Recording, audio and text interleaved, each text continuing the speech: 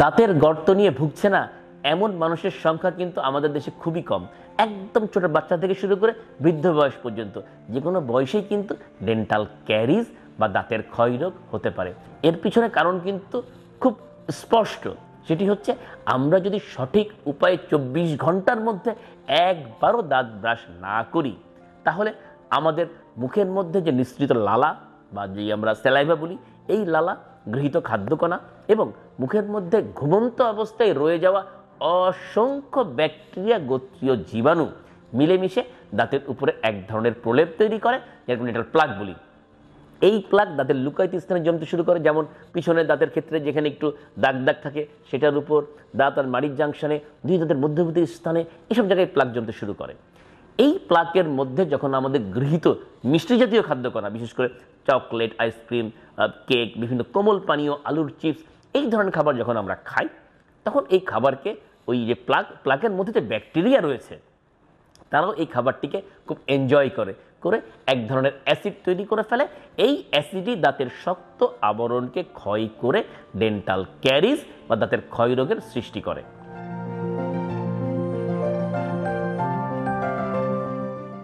দাঁতের গর্ত নিয়ে ভুগছে না এমন মানুষের সংখ্যা কিন্তু আমাদের দেশে খুবই কম।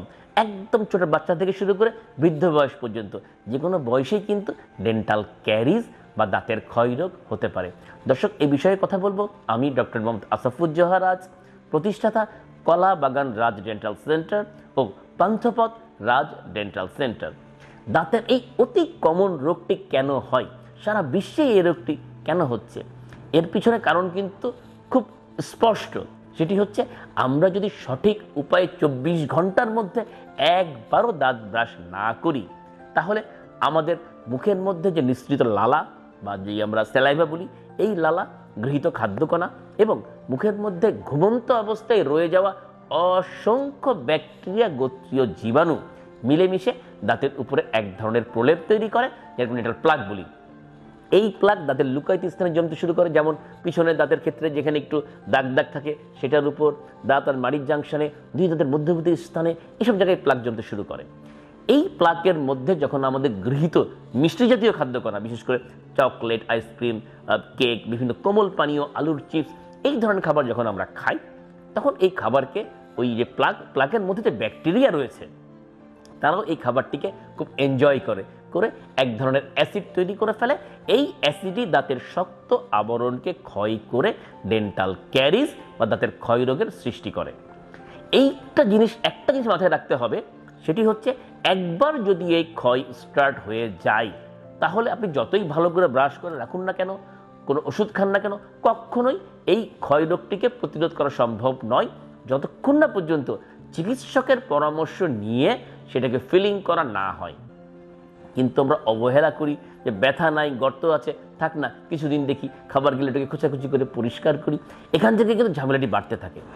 যখন এই ডেন্টাল ক্যারিজ বা ক্ষয়রোগ থেকে এই ব্যাকটেরিয়ার প্রোডাক্ট সব মিলেমিশে এরা আস্তে আস্তে দাঁতের মধ্যকার ভিতরে ঢুকতে থাকে, মানে আমরা এই দাঁতকে যদি লম্বলম্বি কেটে ফেলি, একদম বাইরের স্তর যেটা আমরা দেখতে পাই সেটিকে বলা হয় এনামেল, ভিতরেরটি ডেন্টিন এবং একদম ভিতরে খুব সূক্ষ্ম একটি জায়গা আছে যেটিকে আমরা মজ্জা বলি।